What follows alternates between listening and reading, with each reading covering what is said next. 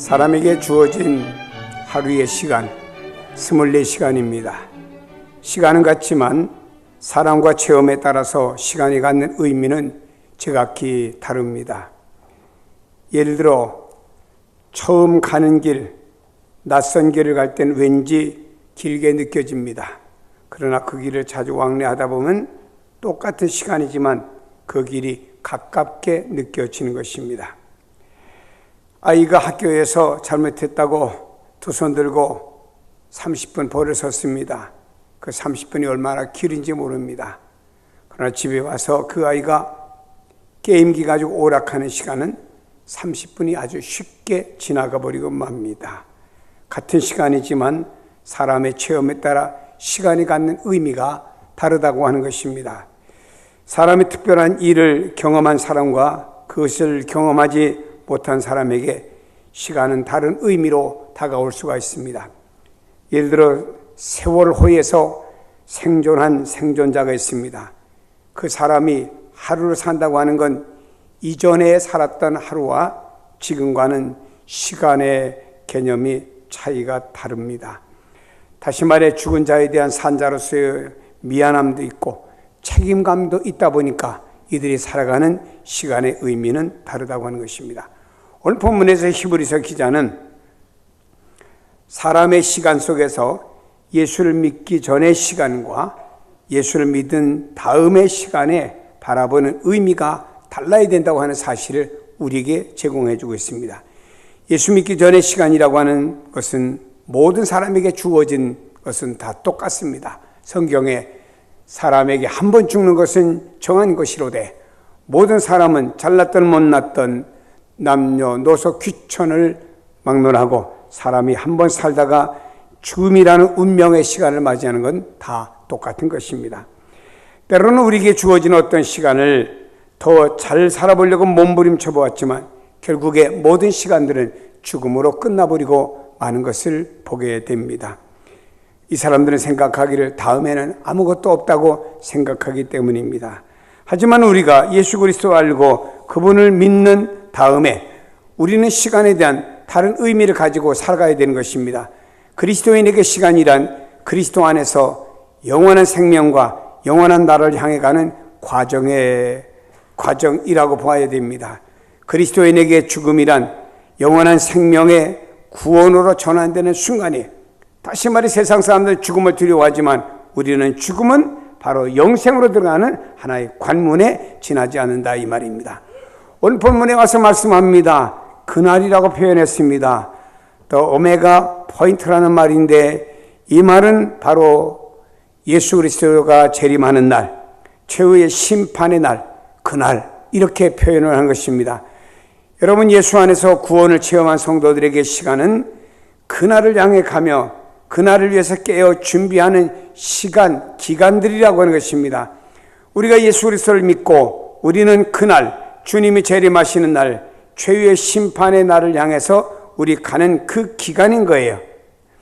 사람이 이 땅에 믿든 안 믿든 예수 그리스도가 오셔서 우리 인간을 죄를 위해서 대속의 은혜를 베풀어 주셨습니다.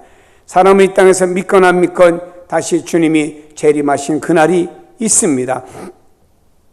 성경에 보면 노아 당시에 사람들이 믿건 안 믿건 노아의 홍수로 말미암아서 모든 사람들이 멸망을 당했습니다.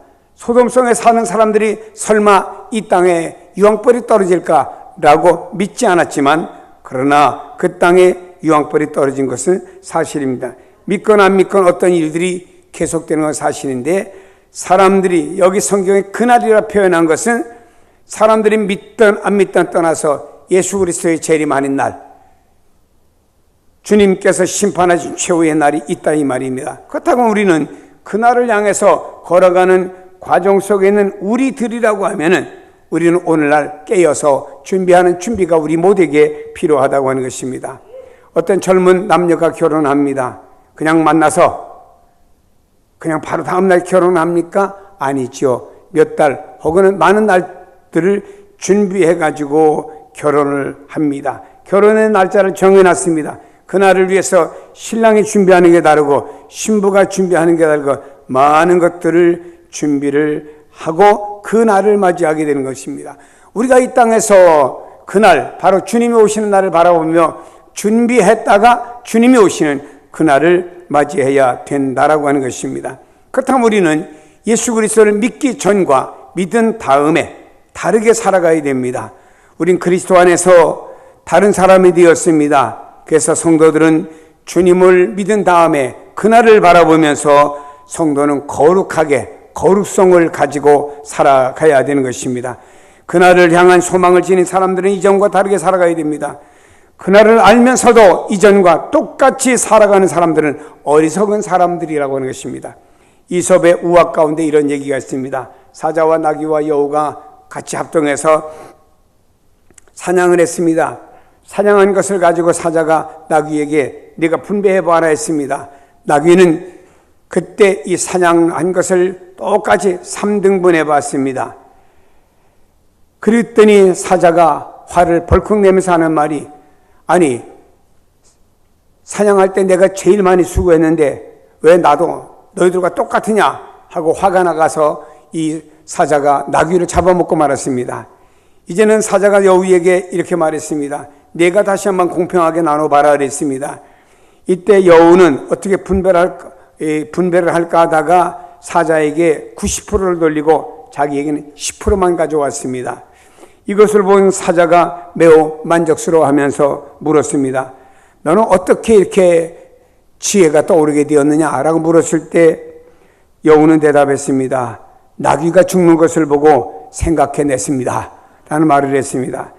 여러분, 우리가 보기에는 불공평한 분배같이 보이지만 여우는 하나밖에 없는 생명을 건지기 위해서 사냥감을 포기하는 지혜가 그에게 있었다고 하는 것입니다. 우리 인생에도 살아갈 때 이런 지혜가 필요합니다. 중요한 생명을 위해서는 덜 중요한 것을 포기할 줄 아는 지혜가 있어야 됩니다. 나무에게 있어서 가지도 중요하고 잎사귀도 중요합니다만은 그러나 더 중요한 것은 나무의 원둥치입니다. 나무의 원둥치가 뿌리를 내리고 살아가는데 나무의 원둥치가 병들면은 가지는 자동적으로 죽어버리고 맙니다.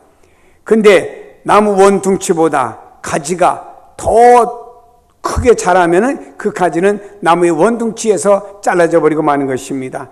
무슨 얘기를 우리에게 주는 겁니까? 사람이 중요한 것보다 덜 중요한 것을 더 소중히 여기고 있다 이 말입니다. 어떤 면에서 우리는 중요한 것을 위해서는 덜 중요한 것은 포기할 줄 아는 지혜가 우리에게 있어야 되는 것입니다. 우리 모두가 하나님 앞에 서는 그날이 있어요. 원하든 원치 않든 우리는 하나님 앞에 서는 그날이 다 있습니다. 그날을 향해서 우리는 확신하게 깨어서 준비하지 않으면 그날이 어떻게 될까요? 성경은 말씀하고 있습니다. 그날이 가까움을 볼수록 더욱더 그리해야 된다. 그날이 가까움을 볼수록 더욱더 깨어가지고 우리는 준비하는 사람이 되어져야 된다 이 말입니다. 여러분, 그날이라고 하는 날이 다가왔습니다. 달란트 비유입니다. 5, 2, 1 달란트 받은 사람, 거기에 2이나 5 달란트 받은 사람은 주님께 칭찬을 받았습니다. 1 달란트 받은 사람은 설마 이 날이 올 줄을 생각 못하고 있다가 책망과 저주를 받게 되었습니다. 양과 염소의 비유를 받았습니다. 이 땅에서 어떻게 살았느냐에 따라서 양의 무리를 칭찬이 있고 어떻게 엉망으로 자기 중심으로 살아갔느냐에 따라서 염소와 같은 책망도 있게 된 것입니다. 역사적으로 보면은 많은 사람들이 이 시대를 가리켜서 말세다, 종말의 때라 그렇게 부릅니다. 베드로전서 4장 7절에 보니까 만물의 마지막에 가까웠으니 그러므로 너희는 정신을 차리고 근신하여 기도하라 그랬습니다. 만물의 마지막이 가까웠으니 만물의 마지막에 도래했다 이 말입니다. 우리는 정신을 바짝 차리고 근신하여 기도하며 이 시대를 준비해 가는 성도가 되어져야 된다라고 이렇게 말씀하고 있습니다. 오늘 히브리서 기자는 복음을 믿고 고난 가운데 살아가는 성도들에게 그날이 있다라고 하는 것을 말씀했습니다. 너희들이 복음을 믿고 지금은 고난과 어려움 가운데 살아가지만 그날이 있다, 주님이 오시는 날이 있다, 그날을 바라보며 살아가라고 누가 여기 성경에 권면해 주고 있습니다. 종말이 가까울수록 사람들은 구원과 상관이 없는 삶을 살면서 오히려 파멸을 향해 살아가는 사람들의 현상들이 오히려 많이 있음을 볼 수가 있습니다. 디모데후서 3장 1절에 보니까 너희는 이것을 알아 말세에 고통하는 때가 이르리니 사람들이 자기를 사랑하고 돈을 사랑하며 자랑하며 교만하며 비방하며 부모를 거역하며 감사치 아니하며 거룩하지 아니하며 무정하며 원통함을 풀지 아니하며 모함하며 절제하지 못하며 싸나우며 선한 것을 좋아하지 아니하며 배신하며 조급하며 자만하며 쾌락사랑하기를 하나님 사랑하는 것보다 더 좋아하며 경건의 모양은 있으나 경건의 능력을 부인하니 이 같은 자들에게서 이 같은 행위가 있으면 빨리 돌아서라 라고 말씀하고 있습니다. 말세가 가까울수록 사람들은 점점 자기중심이 됩니다. 돈을 너무너무 사랑합니다. 감사할 줄 모릅니다. 또 부모를 거역합니다. 요즘에 보면요, 이 젊은이들이 부모님에 대해서 아주 부담감을 갖는답니다. 부모님이 집에 오는 것도 부담되고 부모님이 전화하는 것도 부담되고 부모님이 앞에서 왠지 모든 게 부담된다 이 말입니다. 과거에는 말이에요, 한 집에 할아버지, 할머니, 아버지, 어머니, 자녀, 손손 같이 살아도 부담감 없이 잘 살았던 시대가 있었는데 오늘날은 왜 이럴까? 성경 말씀에 부모에게 거역하며 그랬습니다. 사람들은 더 싸나워지고 조급하며 쾌락 사랑합니다. 이런 현상들이 도를 더하는 것은 영적인 종말이 가까워지고 있다는 사실을 알려주는 거예요. 이런 것들이 말세에 이런 것들이 일어나고 있다고 하는 것은 그날이 가까워지고 있다라고 하는 것을 우리에게 알려주는 신호라 이 말입니다. 여러분, 우리에게 오늘의 이 불안하고 혼란스러운 시대에 깨어서 거룩하게 살아가려고 하면은 영적인 분별력과 지혜가 우리에게 필요한 줄로 믿습니다. 오늘 보면 히브리서 기자는 그날이 가까우면 볼수록 성도들이 어떻게 살아가야 될까? 힘써 무엇을 해야 될까? 주님의 재림하시는 날, 주님이 심판하시는 날, 주님이 이 땅에 오시는 날이 점점 가까워 온다고 하는 것을 알면은 우리가 어떤 사람으로 오늘 살아가야 되겠냐 이 말입니다. 내가 어떤 사람으로 오늘 하루하루를 살아가야 되겠냐 이 말입니다. 그 중에 성경은 우리에게 이렇게 말씀하고 있습니다. 오직 그리스도는 죄를 위하여 한 영원한 제사를 드리고 하나님 우편에 앉으사 그 위에 자기 원수들을 자기 발등상에 되게 하실 때까지 기다리시나니 그가 거룩하게 된 자들을 한 번의 제사로 영원히 온전하게 하셨느니라. 자, 이 말을 요약하면 이 말씀의 핵심은 이렇습니다. 예수 그리스도는 근본 죄가 없으신 분입니다. 그러나 예수님이 우리 인간의 죄를 위해서 자기의 몸을 십자가에 달려 죽으심으로 말미암아 저를 믿는 자들에게 완전한 속죄 제사가 된 줄로 믿습니다. 구약시대 때는 보면 제사를 드릴 때 반복적으로 드려야 됩니다. 비둘기든 양이든 소든 반복적으로 제사를 드립니다. 그러나 예수님께서는 단번에 행하신 자기의 몸을 가지고 어린 양과 같은 자기의 몸을 가지고 단번에 행해진 단회적인 그 십자가의 죽으심으로 말미암아 영원한 효력을 지닌 속죄 제사 일을 마치고 성경에 보니 하나님 보좌 우편에 앉으셨느니라. 왜 우편에 앉으셨습니까? 더 이상 내려오셔서 주님은 우리를 위해서 어떤 속죄의 어떤 내용에 무엇을 하실 필요가 없다 이 말입니다. 사랑하는 여러분이요, 다시 말해서 주님이 우리를 위해서 당신을 들으심으로 말미암아 우리에게는 영원한 속죄 제사가 되었고 우리는 그 예수 그리스도를 통해서 영원한 거룩한 온전한 성도로 세움받은 줄로 믿기를 바랍니다. 이런 확실한 속죄에 대한 무엇을 가지고 있어야 돼? 또 성경 말합니다. 또한 성령이 우리에게 증언하시되 주께서 이르시되 그날 후로 그들과 맺은 언약은 이것이라 하시고 내 법을 그들의 마음에 두고 그들의 생각에 기록하리라 하신 후에 또한 그들의 죄와 그들의 불법을 내가 다시 기억하지 아니하리라 하셨으니 이것들을 사하셨은즉 다시 죄를 위하여 제사를 드릴 것이 없느니라 말씀했습니다. 이 말씀을 요약하면 그렇습니다. 주님께서는요, 용서하신 너희의 죄를 다시 기억지 아니하시겠다. 주님께서 우리를 위해 십자가에 지심으로 말미암아 우리의 속죄의 완성자가 되신 우리 예수님께서는 너희의 죄를 다시 기억하지 아니하시리라 그랬습니다. 나는 기억이 되어도 주님은 기억지 않는다고 말씀하고 있어요. 그러므로 죄를 용서받기 위해서 다시 우리가 하나님 앞에 어떤 제사를 드릴 필요가 없다고 누구를 성령을 보내주셔서 증언해 주신다라고 약속의 말씀을 주신 줄로 믿습니다. 여러분, 놀라운 대속의 은총이 아닐 수가 없습니다. 예수 그리스도가 십자가에 속죄의 피를 흘리실 때 성경에 보니까 예수님 당시에는 바로 지성소와 성소가 있었습니다. 그런데 지성소와 성소 사이에는 이렇게 커튼이, 휘장이 가리워져 있습니다. 이 휘장이 예수님 십자가에서 운명하실 때 위로서부터 아래까지 쫙 찢어졌습니다. 여러분, 여기에 지성소에 들어가기 위해서는 대제사장이 1년에 한 번 자기를 위해서 속죄를 드리고, 그리고 지성소에 들어가서 하나님의 음성을 드리고 제사를 드리고는 했습니다. 근데 이제는 그 지성소가 찢어져서 누구든지 다 들어갈 수가 있습니다. 성경에 보니까 여기 휘장은 예수님의 육체로 말씀했습니다. 이제 예수님이 십자가에서 그 육체로 말미암아 피 흘리심으로 말미암아 나 예수를 통해서 너희들은 지성소, 즉 하나님 앞에 다 나갈 수가 있다고, 예수 그리스도를 통해서 하나님 앞에 다 나갈 수가 있다고, 나는 완전한 속죄자가 되었다라고 주님이 증언하신 줄로 믿습니다. 그러므로 우리는 이 예수 그리스도의 중보를 통해서만이 하나님 앞에 누구든지 나갈 수가 있다고 하는 확신을 가지고 의심하지 말아야 돼요.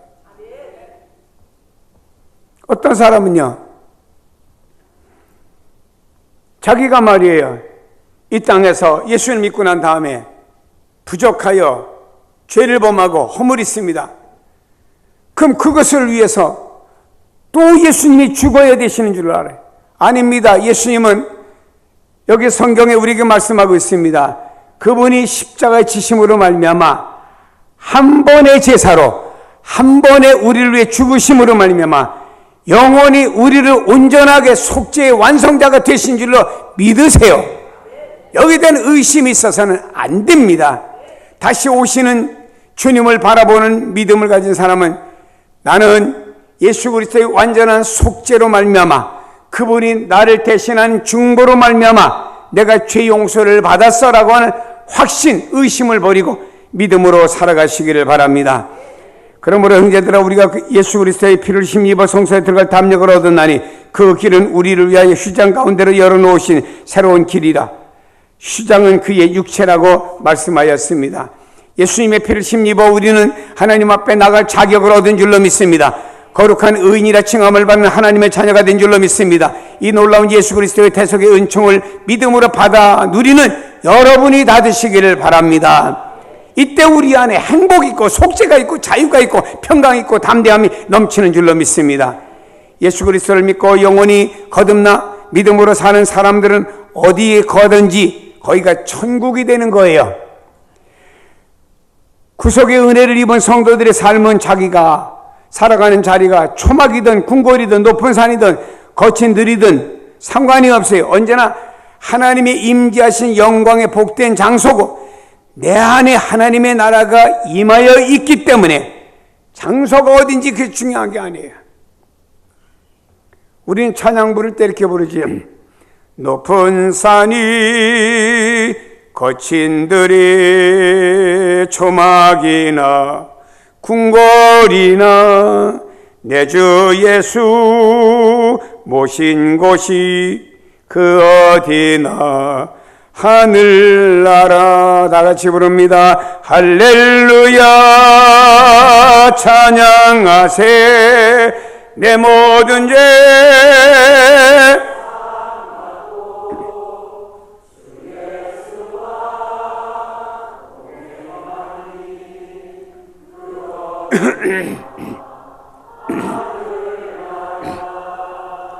할렐루야. 우리 성현 성도들은 노래방은 잘 안 가고 늘 찬송만 많이 불러서 아주 찬송을 잘 아셔서 좋으네요. 어디 가서 제가 집회하다가 후렴 딱 한번 해봅시다 하고 제가 하다가 제가 뚝 그치면 교인들 뚝 그쳐. 모르는 거예요. 여러분, 높은 산이든지 거친 들이든지 초막이든지 월세를 살든 전세를 살든 원룸이든지 궁궐이든지 넓은 집에 살든지 내 주 예수 모시고 사는 그곳은 하나님의 임재가 있는 곳이고 그것은 하나님의 나라입니다. 나라입니다. 그래서 우리 성도들은요, 그런 어떤 환경에 얽매이는 사람이 아니고 바로 주님과의 관계성 문제에서 이렇게 되기 때문에 이것이 우리 안에 천국이 되고 기쁨이 되고 감사가 되는 줄로 믿습니다. 영원한 세계가 열리고 구원이 완성되어지는 그날, 우리 성도들이 주님 앞에 우리의 믿음과 마음을 내보이는 그날입니다. 여러분, 밖에 나갔다가 외출했다 들어옵니다. 거울 앞에 섭니다. 그리고는 그날 입었던 외투도 벗으면 또 속에 있는 옷도 어떤 옷인지 보입니다. 잠옷을 갈아입으려고 또 벗으면 속옷이 또 보입니다. 잠옷을 입습니다. 또 보입니다. 여러분, 그날에 우리 성도들이 내가 이 땅에서 어떤 믿음을 가지고 살아왔는지 주님 앞에 보이는 거예요. 그래서 그날에 우리가 주님 앞에 설 때, 주님, 나는요 예수 그리스도의 그 보혈과 그분의 충보됨을 믿고 살아왔습니다. 나는 이 믿음을 가지고 오늘까지 살아왔습니다라고 주님 앞에 그날의 믿음을 보이게 될 때, 주님께서는 그날에 우리를 어떻게 하실까요? 잘했다 칭찬하고 이 믿음을 지킨 우리를 주님이 귀히 보실 줄로 믿습니다. 21절에 말씀하고 있습니다. 하나님의 집 다스린 큰 대제사장이 계심에 우리가 마음의 뿌림을 받아 악한 양심으로부터 벗어나고 몸을 맑은 물로 씻음 받았으니 참마음과 온전한 믿음으로 하나님께 나아가자 그랬습니다. 마음의 뿌림을 받았다고 하는 것은 우리 마음이 그리스도의 보혈로 정결하게 되었다고 하는 것이고, 맑은 물로 씻음 받았다고 하는 것은 마치 맑은 물로 모든 세탁물을 깨끗하게 씻는 것처럼 우리를 예수 그리스도의 보혈로 다 씻어주신 줄로 믿습니다. 하나님의 집을 다스리는 큰 대제사장 예수께서 우리의 죄를 단번에 용서하셨으니 참마음과 온전한 믿음으로 하나님께 나가는 성도가 되시기를 바랍니다. 여러분, 예수님은 한 번만 돌아가시면 되는 거예요. 두 번 돌아가시는 게 아닙니다. 한 번에 우리를 위해서 돌아가심으로 말미암아 우리의 영원한 속죄 제물이 되어주신 줄로 믿고 여기에 대해 의심하지 마시고 회의를 갖지 마시기를 축복합니다. 이 믿음을 확고하게 가지세요. 나는 부족합니다. 나는 연약합니다. 그러나 나 같은 죄인을 위해서 주님이 십자가에 달려 돌아가심으로 말미암아 내가 하나님 앞에 나가게 되었고 하나님의 자녀가 되는 권세 은혜를 입게 되었습니다 라고 하는 믿음을 가지고 나아가면 될 줄로 믿습니다. 그럼 그날에 가서 주님께서 그 믿음을 보시고 나를 인정해 주는 거예요. 참마음이란 어떤 마음인가요? 우리는 주님을 믿은 다음에 정직하고 진실한 마음을 가져야 됩니다. 주님의 생명과 진리의 빛을 받음으로 말미암아 새롭게 된 마음입니다. 나는 죄인이란 사실을 인정하고 회개하는 마음이 바로 참 마음이 되는 것입니다. 온전한 믿음이 무엇일까요? 온전한 믿음은 완전하고도 확실에 찬 믿음입니다. 흔들리지 않는 확신에 찬 믿음이에요. 한마디로 말해서 확신에 찬 믿음이라고 할 때 말입니다. 마치 아브라함이 이삭을 데리고 모리아 산에 가서 그의 가슴에 칼을 꼽으려고 할 때 아브라함의 생각은 어떤 믿음이었습니까? 내가 지금 이 이삭을 죽이면 하나님께서 이삭과 똑같은 아들을 또 만들어 주실 것이라는 믿음을 가지고 과감하게 칼을 들 수가 있었다라고 하는 것입니다. 여러분, 우리의 믿음은 흔들리지 않는 믿음이 되어져야 될 줄로 믿습니다. 높은 산이라고 축복이라고 그러고 여러분요 초막이라고 힘들다고 하고 이래서는 안 됩니다. 우리의 이 땅의 삶의 변화는 막 변화가 될 수가 있어요. 그러나 우리의 믿음은요 확신에 찬 믿음 가지고 흔들리지 아니해야 됩니다. 사랑하는 여러분이 확신찬 믿음을 가지고 하나님 그분과 나의 관계를 분명하게 갖고 거기에서 우리가 흔들림이 없어야 됩니다. 이 믿음은 단순히 구원에 확신하는 믿음이 아닙니다. 더 나아가서 거룩하신 하나님의 아들이다 딸이다라고 하는 확신에 차고 의심 좀 하지 맙시다. 왜 교인들이 치사하게 말이에요. 하나님의 자녀라고 하는 확신에서 왜 흔들리냐 이 말이에요. 진실되고 성결한 마음과 온전한 믿음은 주님 안에서 베푸신 하나님의 은혜의 선물인 줄로 믿습니다. 하나님의 은혜는 우리가 가진 것이 아니라 하나님의 은혜는 내가 가진 것이 아니라 받은 것입니다. 아무런 대가 없이 하나님의 은혜를 하나님으로부터 선물로 받은 줄로 믿습니다. 이제 우리는 예수님의 완전한 속죄 보혈을 의지하고 은혜의 보좌 앞에 담대히 나갈 수 있는, 내가 하나님 앞에 나가는 것은 내 착함, 의로운 기도를 가지고 나가는 것이 아니고 예수 그리스도의 완전한 대속의 은혜를 통해서 하나님 앞에 나갑니다. 나는 부족할지라도 하나님 앞에 나갑니다. 그때 하나님 나를 하나님의 아들이요 하나님 딸로 나를 인정해 주었습니다. 흔들리지 마시기를 축복합니다. 다음에는요, 성경은 또 약속하신 이는 믿으시니 우리가 믿는 도리의 소망을 움직이지 말고 굳게 잡고 그랬습니다. 믿는 도리의 소망을 굳게 잡으라고 그랬습니다. 현실이 어려울수록 그걸 이겨나가게 하는 것은 굳건한 소망입니다. 믿음이 없는 사람들은 소망을 환경에서 찾아요. 환경이 받쳐주면 소망이 쫙 생기다가 다시 말해 산 주식이 쫙쫙쫙 올라가고 사놓은 아파트가 쫙쫙쫙 올라가고 하는 사업이 쫙쫙쫙 올라가면요, 이야 하고 확신 속에서 말이 환경이 받쳐지니까는 소망이 생깁니다. 근데 이 환경이 꺼져버립니다. 주식이 폭락하고 내가 사놓은 아파트가 또 폭락해버리고 사업이 잘 안 되면요, 다 소망이 절망으로 깨져버리고 맙니다. 이거는 예수 없는 사람이 그렇게 살아가는 거예요. 우리 믿음의 사람들은 우리의 소망은 전능하신 하나님, 그분이 주신 말씀에 소망을 둡니다. 말씀에 의하여 소망을 갖는 사람은 흔들리지 않습니다. 하나님은 신실하시고 전능하시기 때문에 소망도 굳건하고 흔들리지 말아야 됩니다. 성경에 말씀했잖아요. 여기에 소망을 움직이지 말고 굳게 잡아, 이 말은 흔들리지 않는 소망의 고백을 붙잡고 유지한다 이 말입니다. 그리스도인들은 소망을 붙들어야 되고 한 걸음 더 나가서 이 소망을 계속 고백해야 됩니다. 소망을 계속 고백해야 돼요. 나는 하나님의 백성이요 하나님 나라의 주인공이요 하나님 나라를 사랑하십니다. 하나님 나를 미래에 축복하실 겁니다. 하나님 나를 지금도 붙들어 주십니다. 계속 고백을 하는 거예요. 그때 소망이 내 안에서 계속 또 확실하게 찹니다.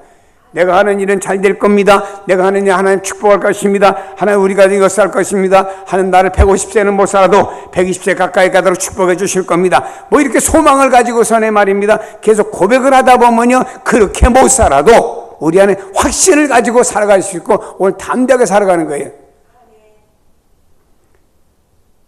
나이가 80도 안 된 젊은 사람이 말입니다. 이거 죽겠어 죽을 것 같으면 죽는 거예요. 왜 죽겠다고 그래요?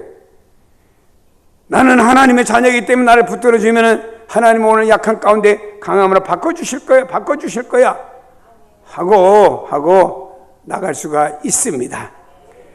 계속 고백 좀 하셔. 좋은 소망을 가지고 고백을 하세요. 좋은 소망 가지고 고백을 하세요. 이루어집니다.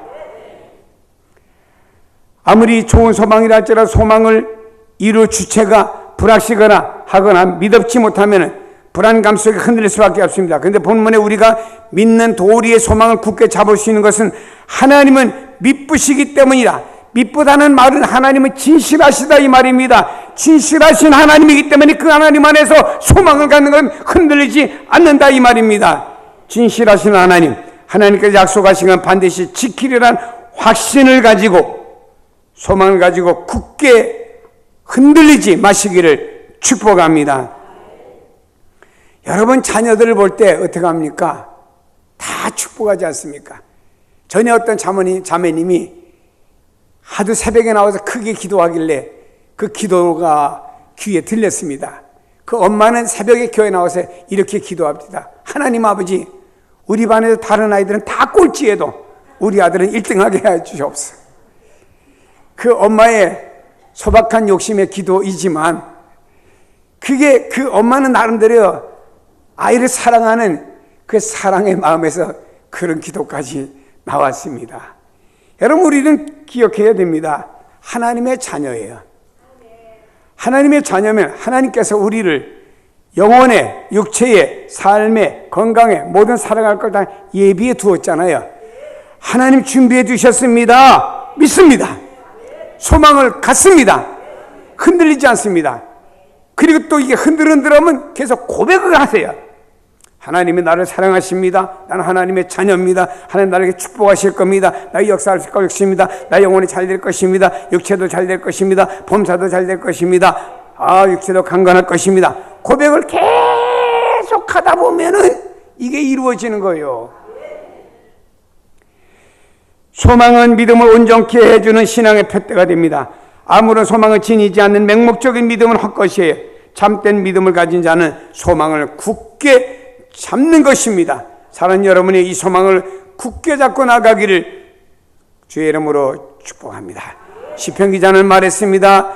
주여 이제 내가 무엇을 바라리오? 나의 소망은 주님께 있나이다. 나의 영육의 모든 것은 주님께 있나이다. 주님께 바라보는 성도가 되기를 주의 이름으로 축복합니다. 다음에는 서로 돌아보라고 말씀하고 있습니다. 서로 돌아보아 사랑과 선행으로 격려하며 그랬습니다. 서로 좀 돌아보아야 돼요.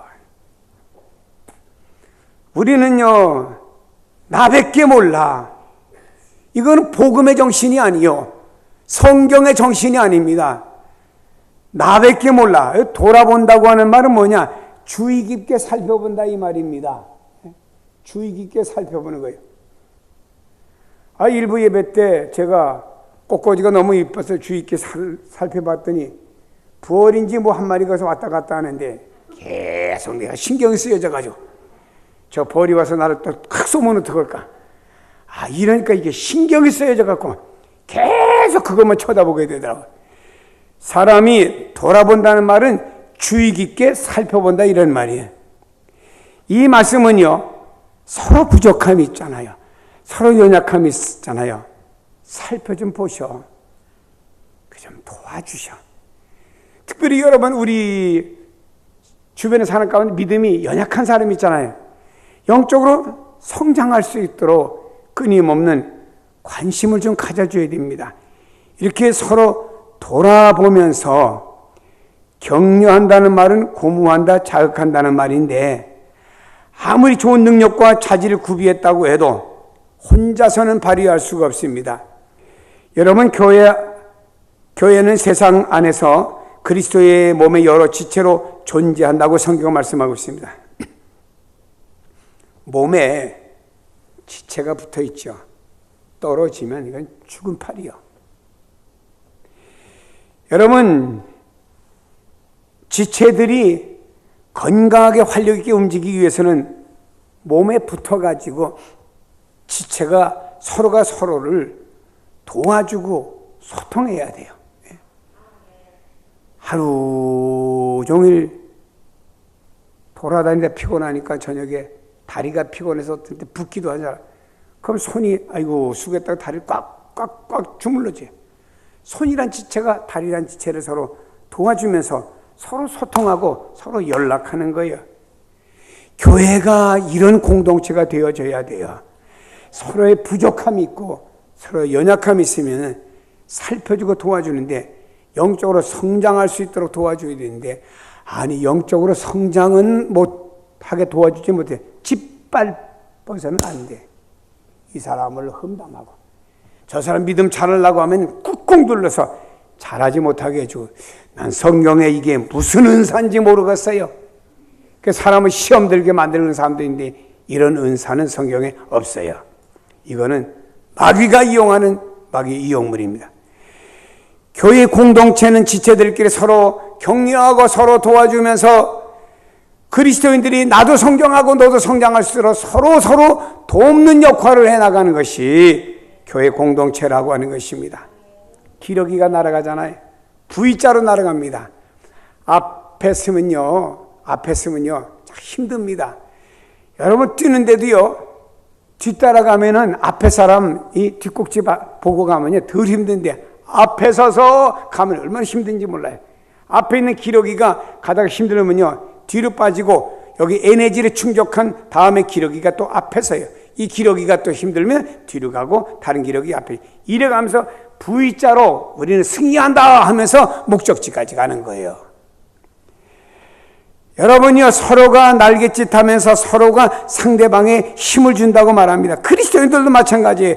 교회 공동체 교제에 참여하지 않고 홀로 신앙생활하는 사람들은요, 신앙이 성장하기커녕 세상의 유혹과 환난에 쉽게 무너집니다. 그러나 본문에 뭐라고 말씀합니까? 그날이 가까울수록 성도들은 말입니다, 서로 교제 좀 합시다. 서로 좀 도와줍시다. 서로 좀 영적으로 세워줍시다. 아멘. 이런 교회가 좀 됩시다.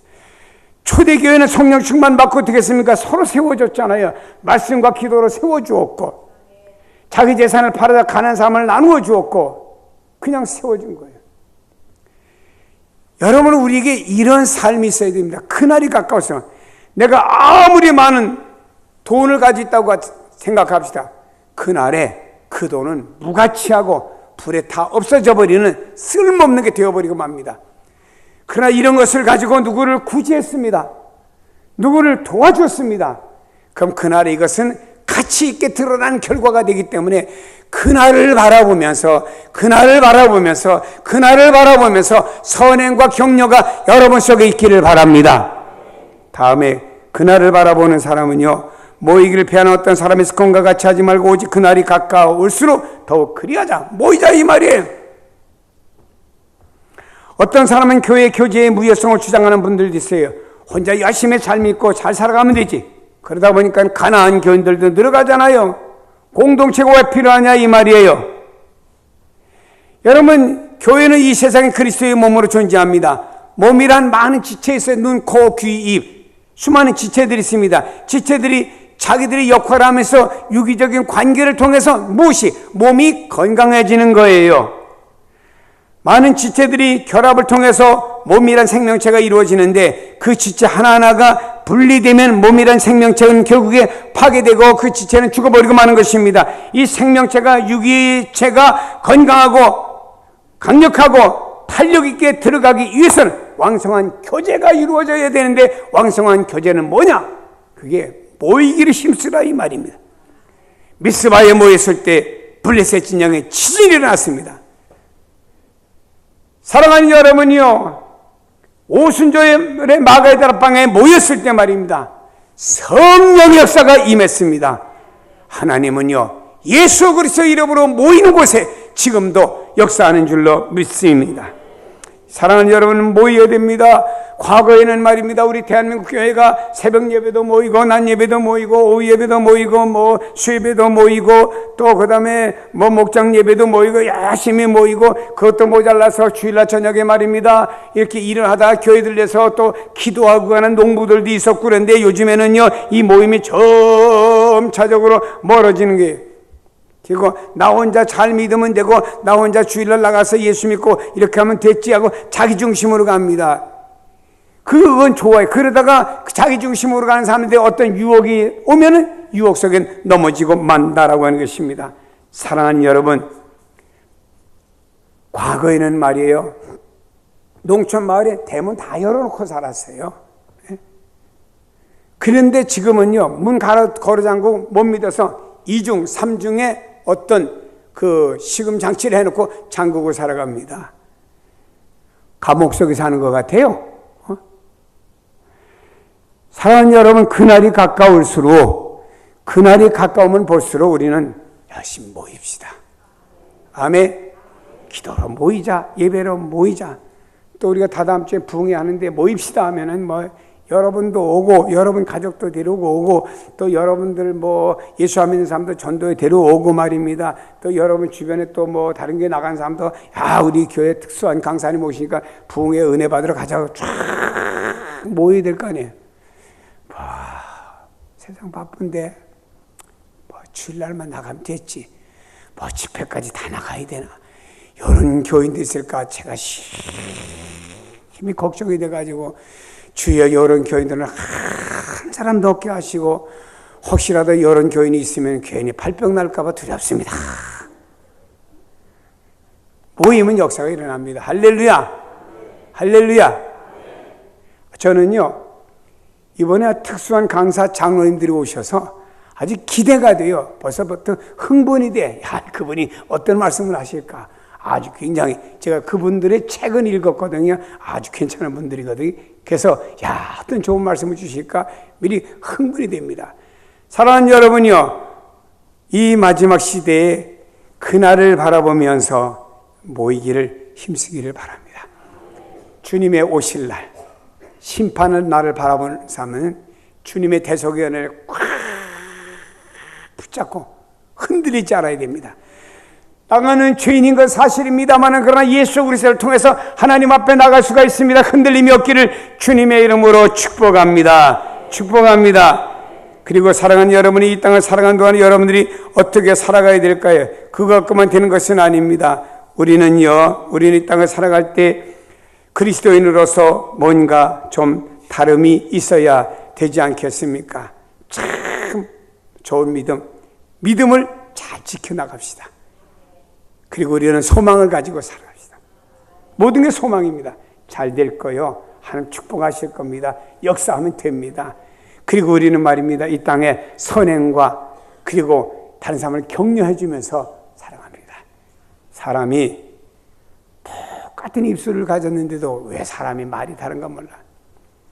누가 새 옷을 입고 왔는데 아유 이쁘네, 참 좋으네, 아유 새 옷 입었네, 이렇게 칭찬해 주는 사람이 또 있는데 어떤 사람, 에휴 그 칼라라고 그게 뭐냐, 너하고 안 맞는다, 벌써 다른 사람이나 주어라. 괜히 남의 입은 것도 또 까실하게 구는 사람이 또 있더라고요. 그 참 사람이 보는 시각인데도 어떤 사람은요, 시각 이렇게 긍정적으로 보아지는데 어떤 사람은 꼭 부정적으로 보는 사람이 있어요. 그거 참 이상합니다. 다 잘 돼 있는데, 그 어떤 하나 가지고 또 하나가 잘못됐다 또 말하는 사람이 있더라고요. 여러분, 우리는요, 이분이 아무리 말해도 달아 없어지지 않아. 그냥 좋은 말 많이 해줘요. 할렐루야. 누구든지 좋은 말 많이 해주고 믿음으로 세워주고 하셔. 그리고 우리는 그날이 가까움을 볼수록 열심히 모입시다. 그래서 기도하고 찬송하고 예배드리고 거기에 성령이 충만한 역사가 오순절 마가의 다락방처럼 임할 줄로 믿습니다. 기도하십니다. 하나님 아버지 감사합니다. 시간은 흘러가고 있습니다.